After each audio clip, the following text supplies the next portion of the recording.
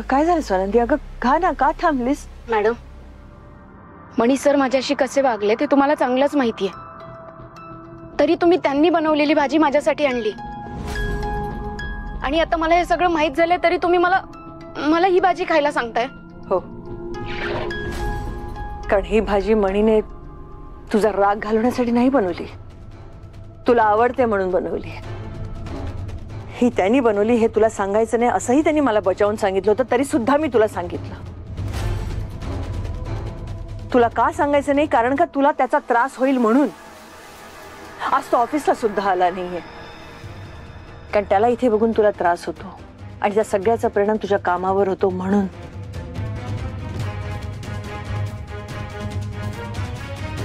स्वानंदी, तुला वाटतो तितका वाईट मुलगा नाहीये म्हणे. खूपच चांगला आहे, इतका चांगला आहे की त्याच्या चांगुलपणाचा गैरफायदा आजपर्यंत सगळे लोक घेत आले, तरी तो कधीच कोणावर रागावला नाही. लोकांचं सोड, सरपोतदार ज्यांच्या घरात तो राहतो, शालिनी, सरपोतदार, सुजीत, त्याला नोकरासारखं वागवतात, वाटेल ते बोलतात, पण तो रागावला नाही कधी त्याच्यावर. सरपोतदारांनी लहानपणी त्याला आपल्या आउट हाऊस मध्ये आणून ठेवलं, हे का नोकरासारखं वागवलं त्याला, फक्त त्याचा उपयोग करून घेतलाय. पण तो कधी चिडला नाही त्यांच्यावर. सरपोतदार सगळ्या जगाला सांगतात मणी माझ्या मुलासारखा आहे. मुलासारखं असणं आणि मुलगा असणं यात फरक आहे स्वानंदी. मणी अजूनपर्यंत त्यांचा ऋणी असल्यासारखं वागतोय, त्यांच्या उपकाराचं ओझं घेऊन जगतोय तो. मणी इतका चांगला मुलगा आहे स्वानंदी, तो तुझ्याशी विचित्र का वागेल सांग ना? तो तुझ्याशी असं कधी वागूच शकत नाही. तुझा काहीतरी गैरसमज झालाय, त्याला समजून घ्यायला हवं. तुला माहिती आहे ना, तू बघितलेस ना त्याच्याबरोबर सगळी घरातली लोक कशी वागतात ती. हो, म्हणजे मी तिथे राहतीये तर माहितीये मला शालिनी मॅडम आणि बाकी सगळे मणी सरांशी कसे वागतात. पण तुम्हाला हे सगळं कसं माहिती? तुम्ही तर हॉस्टेलवर राहता ना. तुला मी सांगितलं ना, मणीला समजून घेण्याची गरज आहे. बाकी त्या फोटोचं प्रकरण ते कोणीतरी मुद्दामून रचवलेलं आहे. मणीविषयी तुझ्या मनात तिरस्कार निर्माण करण्यासाठी, राग निर्माण करण्यासाठी. मी मणीला चांगला ओळखते. तो इतका विचित्र कधीच वागू शकत नाही, किंवा इतकं घाणेरडं कृत्य कधीच करू शकत नाही तो. मॅडम, तुम्ही म्हणतायत तसं कदाचित असेलही. म्हणजे या सगळ्यात माझा गैरसमज झाला असणार.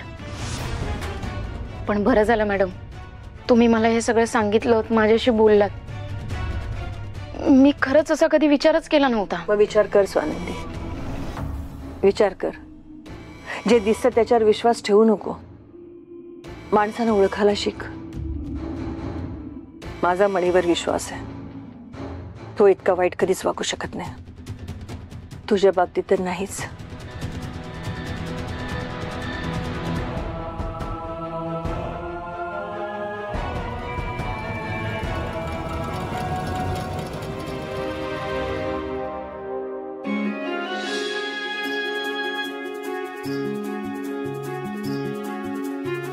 छान झाली भाजी.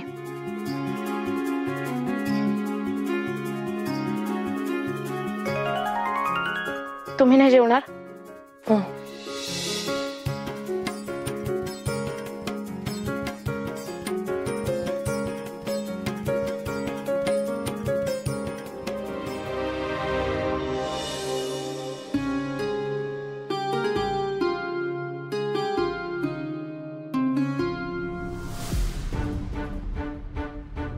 आईचा फोन का नाही आलाय अजून?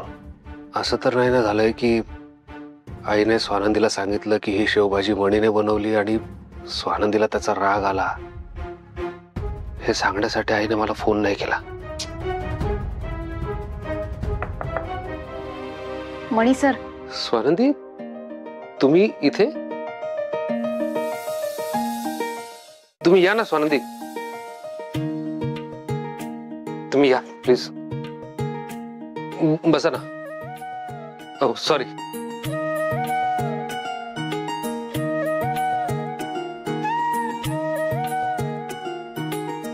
काय झालं म्हणजे आता या वेळेला चक्कर मारली? शेवभाजी छान झाली होती ते सांगायला आले होते. आवडली तुम्हाला? थँक्यू. म्हणजे आवडली तुम्हाला? छान छान वाटलं. आणि काल माझ्यामुळे जो त्रास झाला तुम्हाला त्याबद्दल सॉरी स्वानंदी. मणी सर प्लीज तुम्ही मला सॉरी म्हणू नका. वॉर्डन मॅडमने मला सगळं सांगितलंय. सॉरी तर मी तुम्हाला द्यायला हवा. मी काल नको नको ते बोलले तुम्हाला आणि मला कळलंय तो फोटो तुम्ही बनवला नव्हता. तेच तर स्वानंदी, मी हेच सांगत होतो काल. माझ्यावर कोणीच विश्वास नाही ठेवला. साहेबांनी माझ्यावर आरोप केला, तुम्ही सगळ्यांनी त्याच्यावर विश्वास ठेवला.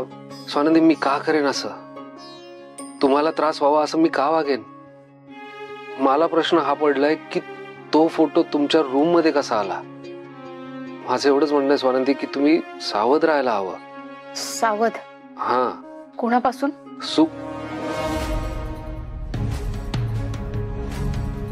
आता ज्या लोकांमध्ये राहताय ना तुम्ही, तुमच्या आजूबाजूला जी लोक आहेत त्यांच्यापासून. म्हणजे तुम्ही जर लक्ष ठेवलं ना स्वानंदी तर आता हे जे काही घडलं होतं ते परत घडणार नाही. ठीक आहे, मी इथून पुढे सावध राहीन. पण तुम्ही उभे का आहात? तुमचंच घर आहे, बसा. हो बसतो ना.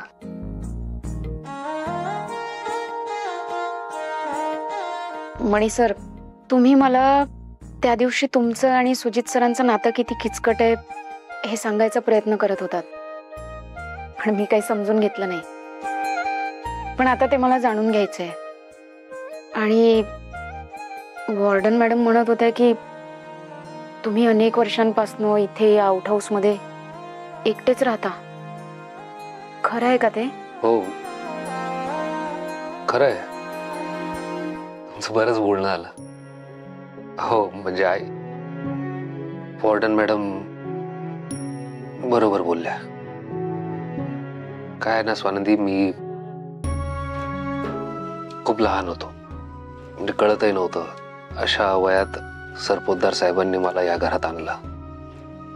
मी अनाथ आहे त्यामुळे साहेबांनी मला इथे आणलं. मला इथे आणलेलं शालिनी मॅडमला आवडलं नाही. मी इथे राहिलो, इथेच वाढत गेलो. हळूहळू शालिनी मॅडमला, सुजितला असं वाटायला लागलं की पुढे चालून मी सुजितची जागा घेईल या घरातली. हळूहळू ती भीती वाढत गेली. कुठेतरी साहेबांच्याही मनात तसं यायला लागलं. लोकांना असं वाटतं की मणी इथे सरपोतदारांच्या घरात राहतो, पण खरं हे की मणी इथे या आउट हाऊस मध्ये राहतो. कधी कधी खायला उठतं हे घर. एकटा असतो ना, पण आता या एकटेपणाची सवय झाली आहे स्वानंदी.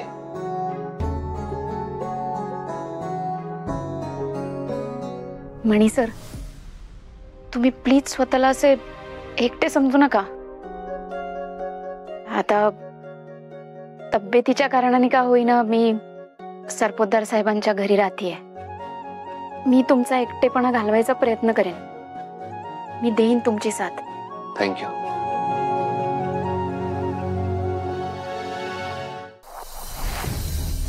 आई ग,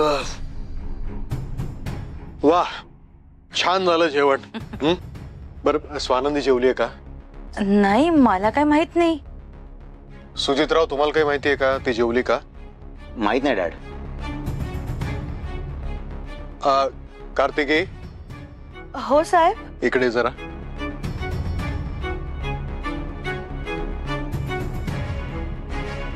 स्वानंदी जेवली का? ते तिची तब्येत नरम आहे म्हणून तिला आमच्या बरोबर जेवायला बोलावलं नाही. हा नाही साहेब, स्वानंदी अजून जेवलीच नाहीये. काय? आणि ती रूम मध्ये पण नाहीये. आता इतकी रात्र झाली ती रूम मध्ये नाहीये म्हणून मी तिला शोधायला खाली निघाले. मी एवढ्या रात्री कुठे गेली ती? सुजितराव, तुम्हाला काही तिने सांगितलं का? म्हणजे तुम्हाला काही माहिती आहे का? नाही डॅड. हा, मग तिला फोन करा ना. हाव साहेब, फोन करून काहीच फायदा नाहीये. का बरं? तिचा फोनच रूम मध्ये आहे. थांबा डॅड, मी किचन मध्ये बघतो. स्वानंदी,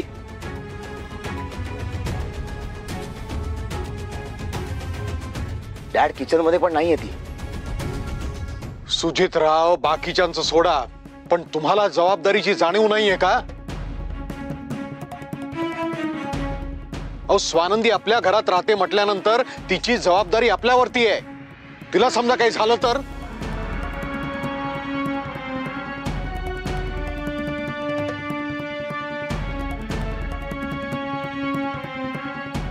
स्वानंदीला बाहेर जाऊन शोधूया आपण. तिची तब्येत बरी नाहीये, रस्त्यात कुठे चक्कर येऊन पडली तर कठीण होऊन बसेल.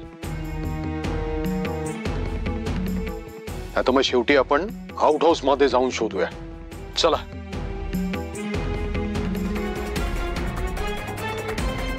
किती त्या स्वानंदीची काळजी आहे या लोकांना, आणि सुजितला कशाला ओढताय त्यात?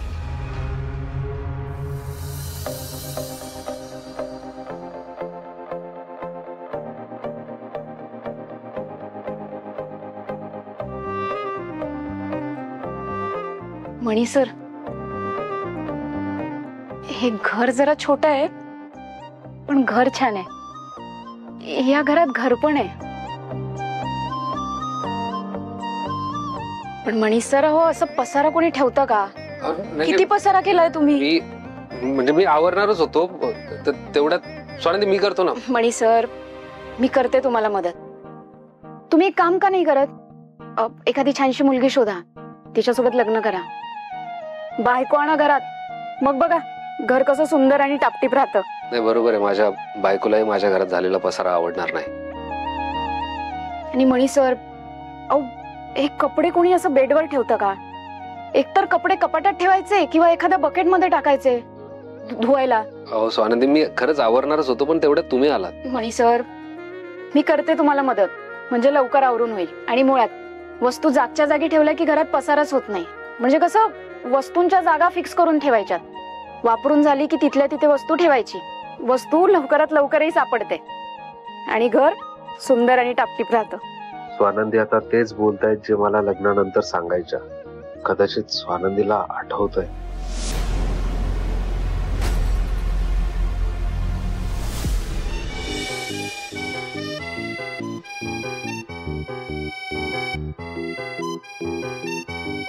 मणी सर, अहो दूध. स्वानंदी, थँक गॉड तुमचं लक्ष गेलं लगेच. मणी सर, हो दुधाचं पातेलं ठेवलं हेही तुमच्या लक्षात नाहीये. हा, आपण बोलत बसलो ना नेमकं.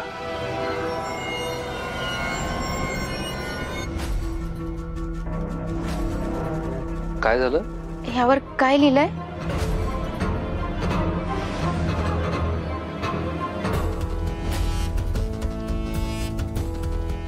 नाही, त्यावर कुठे काय.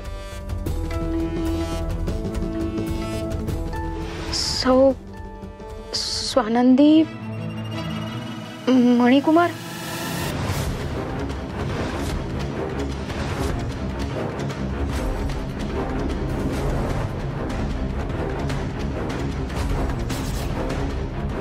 स्वानंदी मणिकुमार. मणी सर, माझं नाव स्वानंदी मणिकुमार असं लिहिलंय. माझं नाव या पातेल्यावर.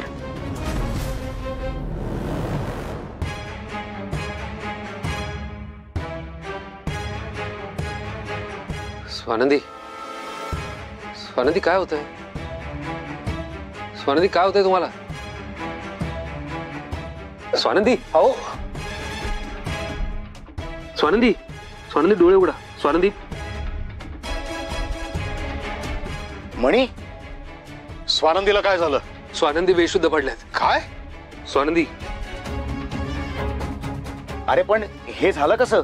अरे पातेल्यावरचं नाव वाचलं त्यांनी, सौ स्वानंदी मणिकुमार, आणि विचार करता करता अचानक चक्कर आली, बेशुद्ध पडल्या. स्वानंदी, स्वानंदी डोळे उघडा स्वानंदी. अरे पण ती इथे आलीच कशी? ते मला नाही माहिती, पण आता हे बोलत बसण्याची वेळ नाही. आता डॉक्टरांना बोलवा प्लीज. डॉक्टरांना फोन लाव. एक काम कर तू मणी, तिला घेऊन आपल्या बंगल्यावर चल. बंगल्यावर कशाला?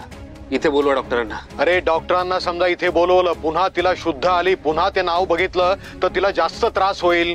कळतंय का मी काय सांगतोय ते? तिला घे आणि चल आपल्या बंगल्यावर. मणी चल. स्वानंदी, स्वानंदी, काय रे, काय झालं हिला? परत चक्कर येऊन पडली? कशाला बाहेर जाते काय माहित, डोक्याला आपल्या ताप. या डॉक्टर साहेब या. स्वानंदी पुन्हा बेशुद्ध पडली, जरा तपासा तिला. या.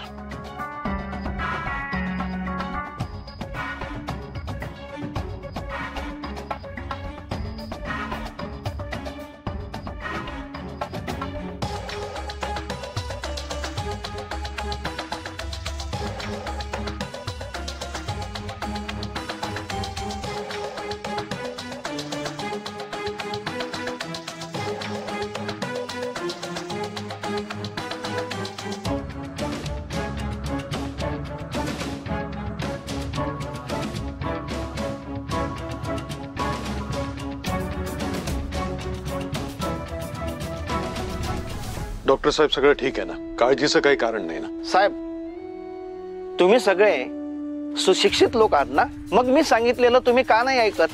जर स्वानंदी परत परत बेशुद्ध पडत राहिली तर आणखीन कॉम्प्लिकेशन वाढतील, त्यामुळे तिच्या जीवाला धोका निर्माण होऊ शकतो. होय डॉक्टर, आम्ही ह्याच्या पुढे काळजी घेऊ. पण आता स्वानंदीला कसं आहे? ठीक आहे, मी तिला आता इंजेक्शन दिलंय, पण कालच्या पेक्षा आजचं ब्लड प्रेशर जरा जास्त होतं. पण येईल ती, थोड्या वेळाने शुद्धीवर येईल. हो, तिला जरा आराम करू द्या. आपण जरा बाहेर जाऊन बोलूया. हा,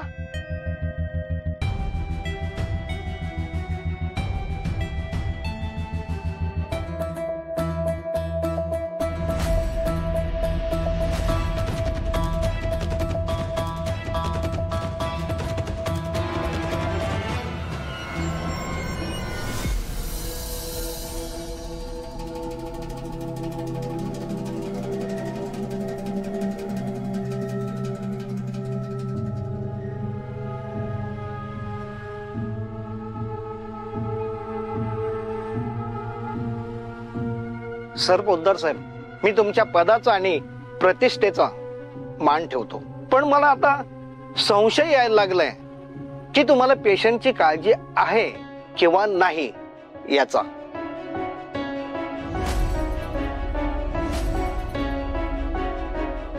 मी तुम्हाला आधीच बजावून सांगितलं होतं की स्वानंदीला जर तिच्या विसरलेल्या काळातील काही गोष्टी अचानक समोर आल्यात किंवा त्या तिला जबरदस्तीने आठवून देण्याचा तुम्ही प्रयत्न केलात तर ते तिच्या जीवाला धोकेदायक ठरू शकतं. आज तिच्या हार्ट बीट्स वाढलेल्या होत्या, ब्लड प्रेशर हाय झालेलं होतं. हे केवळ शॉकमुळे. आधीच तिच्या डोक्याला मार लागलाय, तिची स्मृती हरवली, आणि त्यात जर तिच्या हार्टला त्रास झाला तर आणखीन कॉम्प्लिकेशन वाढतील, त्यात तिचा जीवही जाऊ शकतो. डॉक्टर साहेब, मान्य करतो की आमच्याकडनं दुर्लक्ष झालं, पण ह्यापुढे असं होणार नाही. आम्ही तिची काळजी घेऊ. ठीक आहे, पण यापुढे काळजी घ्या सगळ्यांनी, दुर्लक्ष करू नका. येतो मी. चला मी सोडतो तुम्हाला.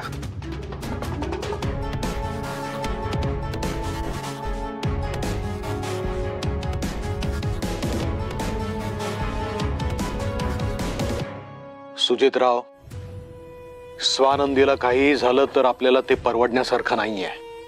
जोपर्यंत प्रॉपर्टी पेपर्सवर तिच्या सह्या होऊन ती प्रॉपर्टी आपल्या नावावर होत नाही तोपर्यंत स्वानंदीची मेमरी परत यायला नकोय आणि ती जिवंतही राहायला हवी आहे.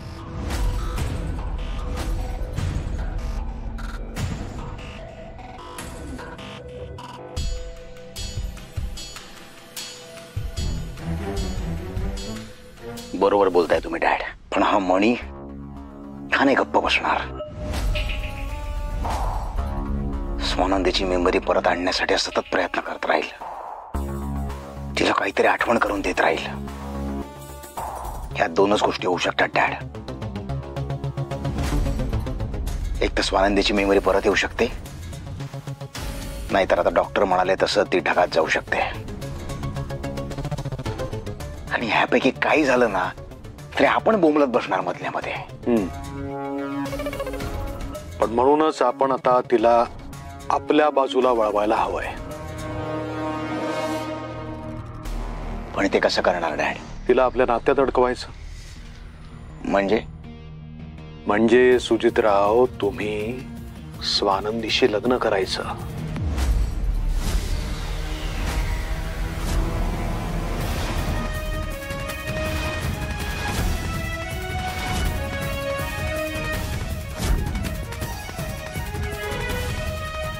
काय बोलताय तुम्ही डॅड?